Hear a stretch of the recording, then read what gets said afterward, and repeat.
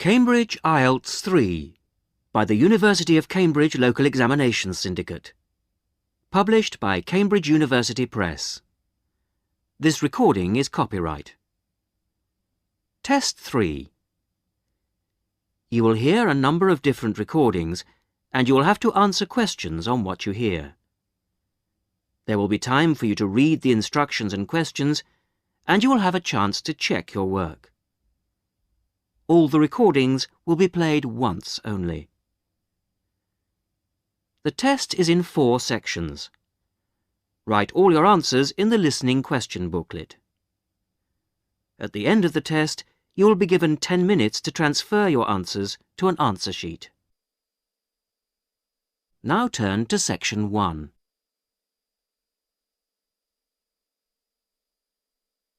Section 1. You will hear 2 colleagues, Joan and Peter, organising a Christmas dinner for their office staff. First, you have some time to look at questions 1 to 5.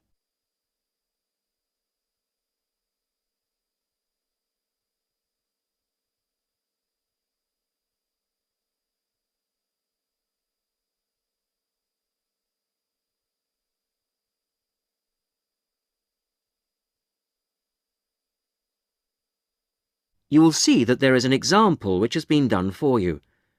On this occasion only, the conversation relating to this will be played first. Right. Let's try and get it sorted out today, so we don't have it hanging over us, OK? Good idea. I'll take notes. First thing, numbers. Have we got anything definite? Well, I've been working it out, and I think 40 to 43. Shall we put 45 to be on the safe side? Yep, fine. Joan and Peter agree that 45 is a safe number to book for, so 45 is written as the answer. Now we shall begin. You should answer the questions as you listen because you will not hear the recording a second time. Listen carefully to the first part of the conversation and answer questions 1 to 5. Right. Let's try and get it sorted out today, so we don't have it hanging over us, OK? Good idea. I'll take notes. First thing, numbers. Have we got anything definite? Well, I've been working it out, and I think 40 to 43. Shall we put 45 to be on the safe side? Yep, fine. Dates. Well, that's straightforward. The last working day before Christmas, which is... Which is December the 21st. Which is going to be pretty difficult to book at Christmas. So we'd better think of 2 or 3 places, just to be on the safe side. Well, last year's was hopeless. The Red Lion, wasn't it? Yeah. We ought to go for something more expensive, 'cause You gets what you pay for. That new Indian restaurant in Weatherfield is supposed to be excellent. The Rajdoot. Oh, how do you spell that? R-A-J-D-O-O-T.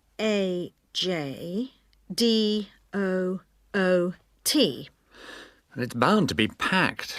Well, let's put that down as the first choice and have some backups. What about the Parkview Hotel as a second choice? Yes, that's always reliable. Parkview Hotel. And the London Arms, in case. London Arms. I'll call them now if you want. No, I'll do it, Joan. You're really busy. Oh, have you got the numbers? Not for the Rajdoot, but... right, Parkview Hotel. 777192 and London Arms 208657. Great. Before I ring, we'd better just make sure they're within the price range. Up to £15 a head? I think you'll find some people won't be able to go that high. Well, you can't get anything decent under £10. OK. We'll say 12. OK. And we'd better make sure there's good vegetarian food. And a non-smoking section. You know what the boss is like. Don't remind me. I'll let you know as soon as I get anything. Before you hear the rest of the conversation, you have some time to look at questions 6 to 10.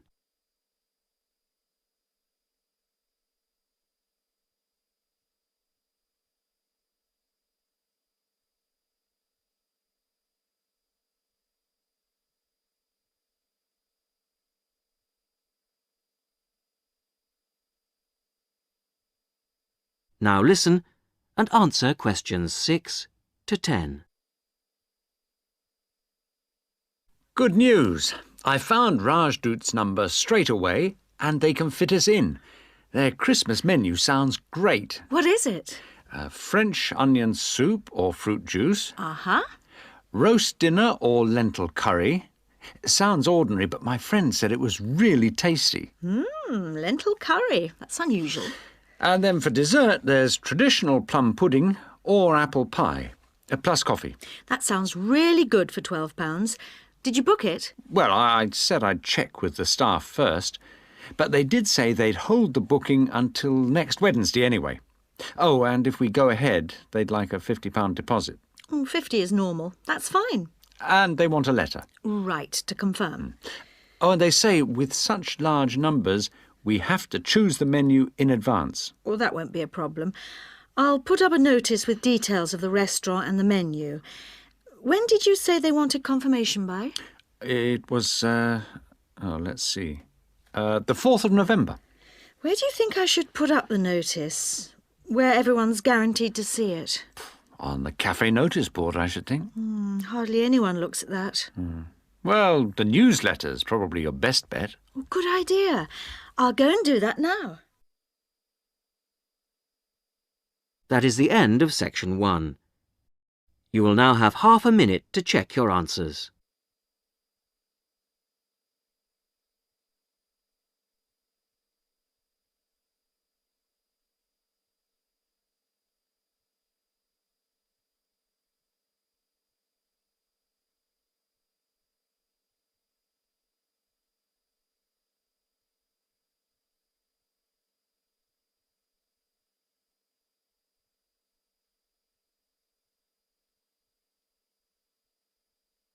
Now turn to section 2.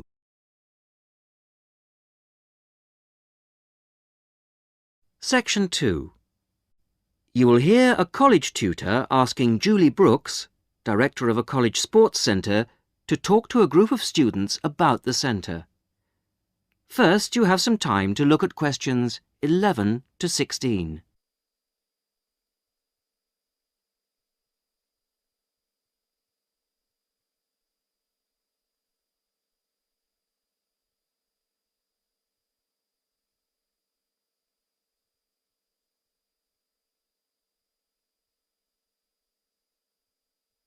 Listen carefully to the first part of the talk and answer questions 11 to 16. So I'll hand over now to Julie Brooks. Thank you. Welcome to the Sports Centre. It's good to see that there are so many people wanting to find out about our sports facilities. First of all, membership. All students at the college are entitled to become members of the Sports Centre for an annual fee of £9.50. To register with us and get your membership card, you need to come to reception between 2 and 6 p.m, Monday to Thursday. I'm afraid we can't register new members on Friday, so it's Monday to Thursday, 2 to 6 at reception. Now, there are 3 things that you must remember to bring with you when you come to register. They are your union card, a recent passport-size photograph of yourself, and the fee. It doesn't matter whether you bring cash or cheque.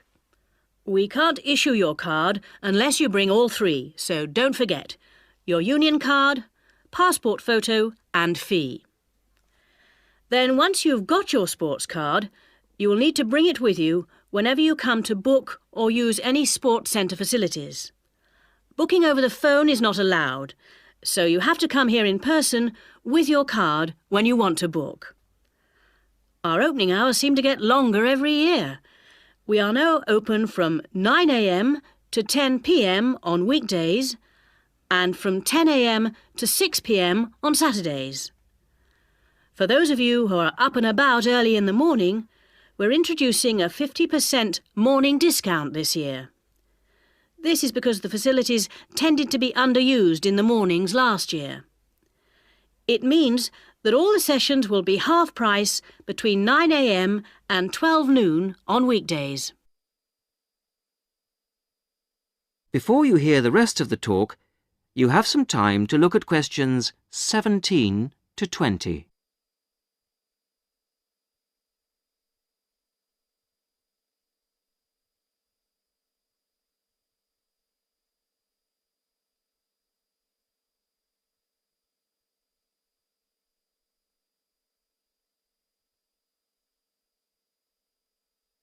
Now listen and answer questions 17 to 20. So, what exactly are the facilities? What sports can you play here? Well, this room we're in at the moment is called the main hall, and it's used mainly for team sports such as football, volleyball and basketball, but also for badminton and aerobics. On the other side of the reception area, there's the dance studio.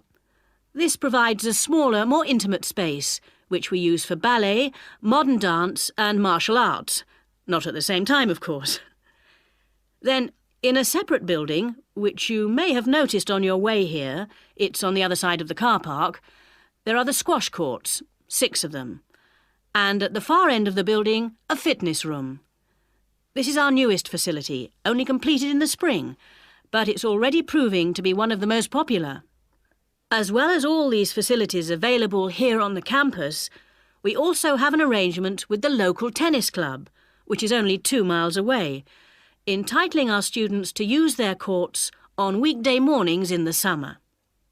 So, I think that there should be something here for everybody, and I hope to see all of you at the centre, making use of the facilities. If, in the course of the year, you have any suggestions as to how the service we provide might be improved, or its appeal widened, I'll be interested to hear from you. That is the end of section 2. You will now have half a minute to check your answers.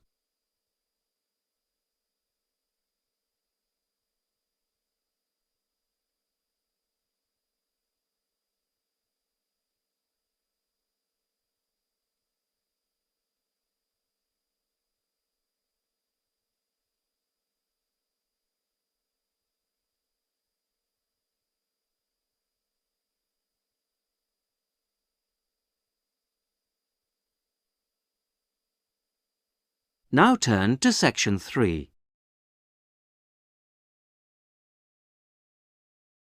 Section 3.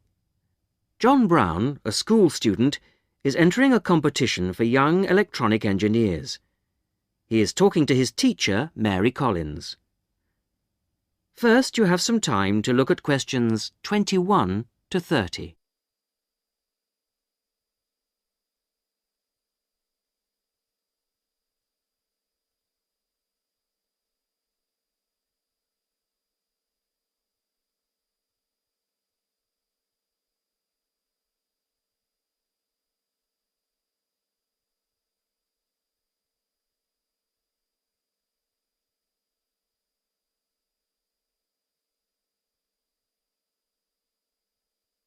Now listen and answer questions 21 to 30.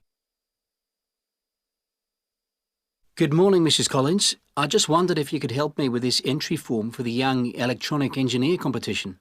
Hello, John. Oh, you've made the jigsaw for blind children with the bleeper. When they put a piece in correctly, that's right. OK, let's have a look at the form. Right, thanks. I've never filled in one of these before, so... Well, let's just do it in pencil first. So, name of designers. Well, Anne helped me with some of the electronics work. Then you must put her name in as well. Right. Anne Ray. Sorry, it's A-N-N-E, and her surname is spelt R-E-A. Good start. OK, R-E-A. And age is easy. You're both 16. What have you called the design? Keep it short. What about jigsaw puzzle design for visually handicapped? Too long. Just say blind puzzle. That'll do. Okay. Right now, size of equipment? I've got it noted down here. Yes, width is 20 centimetres. Okay. Length is 50 centimetres, and then the depth is, well, it's very little. What would you say? I think you can be approximate. I'd say 2.5 centimetres. And the electricity supply? Is it mains operated? No, it isn't. It's actually battery. Okay. Right, battery. Fine. Okay, it's the next bit that I'm really not sure what to put. Well, special features means what is really new about this? You know, suitable for the group you made it for. Well, it's safe for children. That's fine. Put that in. Okay.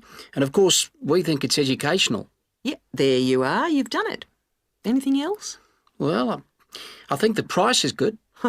That's probably the most important factor. Okay, cheap price. Which brings us on to the next bit. What's the cost? Well, the pieces we made out of old wood, they cost, $5. And the electrics? They were more expensive, say $9.50. Brilliant. Now, what do they mean by other comments? It's just a chance for you to say anything about the equipment and problems you envisage. Well, we'd really like help with making plastic instead of wooden pieces. Well, put something like, need help to make plastic pieces. Okay. And the other thing is, we'd like to develop a range of sizes. Well, that's fine then. Just put that. And the last bit is, when will you send the equipment? Well, we've got a lot of work on at the moment and we want to get it as good as we can. Well, say 25th of June? Can't we make it later? Well, the last date is the 1st of July. Why not say that? Okay, that's what I'll put. So, that's the lot. That's brilliant. Thanks very much, Mrs. Collins. I'll send it off straight away. Glad to be of help. Very best of luck to you both. Thanks. Bye. Bye. That is the end of section 3. You will now have half a minute to check your answers.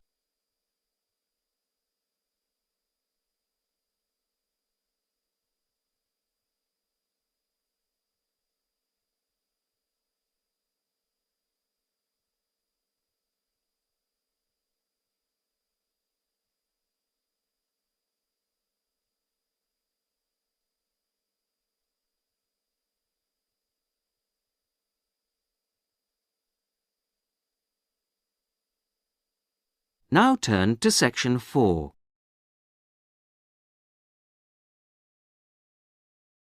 Section 4. You will hear a talk about ostrich farming. First, you have some time to look at questions 31 to 40.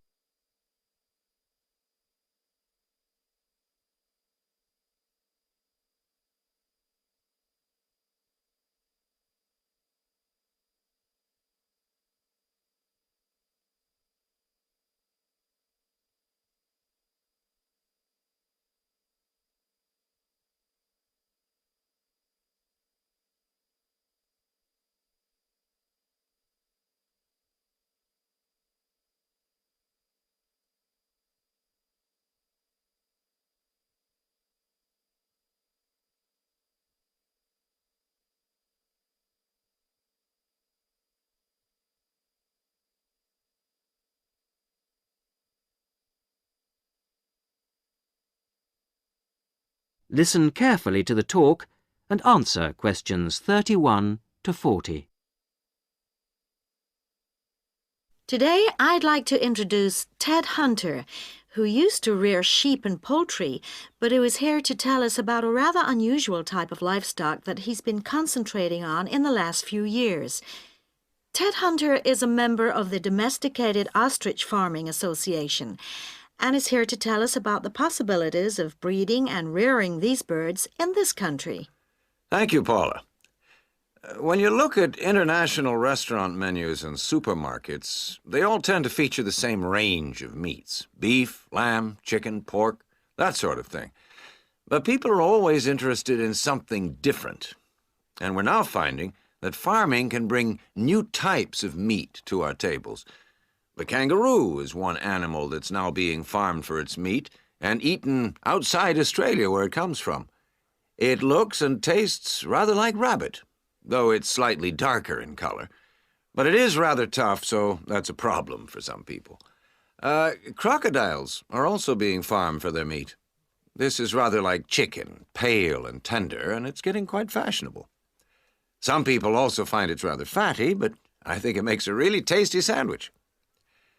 Now, a third type of meat becoming increasingly available, and the one that I think is by far the nicest of the three, is ostrich, which most people say has a similar taste and texture to beef. However, it's much better for you than beef, as we'll see later. Most people think of ostriches as wild animals, but in fact, ostriches have been farmed in South Africa since around 1860. At first, they were produced for their feathers. In Africa, they were used for tribal ceremonial dress, and they were also exported to Europe and America, where they were made into ladies' fans and used for decorating hats. Later, feather fans and big decorated hats went out of fashion, but ostriches were still bred, this time for their hide. This can be treated to produce about half a square meter of leather, very delicate, fine stuff of very good quality. At the same time, some of the meat was used for biltong, the air-dried strips of meat popular in South Africa as a sort of fast food. However, recently there's been more and more interest in the development of ostrich farming in other parts of the world, and more people are recognizing its value as a food source. Ostrich meat is slightly higher in protein than beef, and much lower in fats and cholesterol. It tastes good, too. A series of European taste tests found that 82% of people prefer ostrich to beef. And one ostrich produces a lot of meat, from around 30 to 50 kilograms, mostly from the hindquarters of the bird. Farmed ostriches don't need African climates, and in fact, ostrich farming is now becoming well established in other parts of the world. However, setting up an ostrich farm isn't something to embark on lightly. Mature breeding birds are very expensive. Even a fertilized ostrich egg isn't cheap, so you need quite a bit of capital to begin with. Then the farmer needs special equipment, such as incubators for the eggs. The young chicks are very dependent on human minders and need a lot of attention from the people looking after them. In addition, ostriches can't be intensively farmed. They need space and exercise. But in spite of this, they make good farming sense. A cow produces only one calf a year, whereas a female ostrich can lay an egg every other day. And because the farmers can use incubators and hatched chicks are nourished well and protected from danger, the failure rate on farms is very low indeed, and almost all the fertilized eggs will hatch out into chicks, which will in turn reach maturity. This is very different from the situation in the wild, where the vast majority of chicks will die or be killed before they grow up into mature ostriches. So it's possible, once the initial outlay has been made, for the farmer to be looking at very good profit margins indeed. Ostrich farming is still in its early days outside Africa, but we hope that ostrich meat will be freely available soon, and before long will be as cheap as beef. That is the end of section 4. You will now have half a minute to check your answers.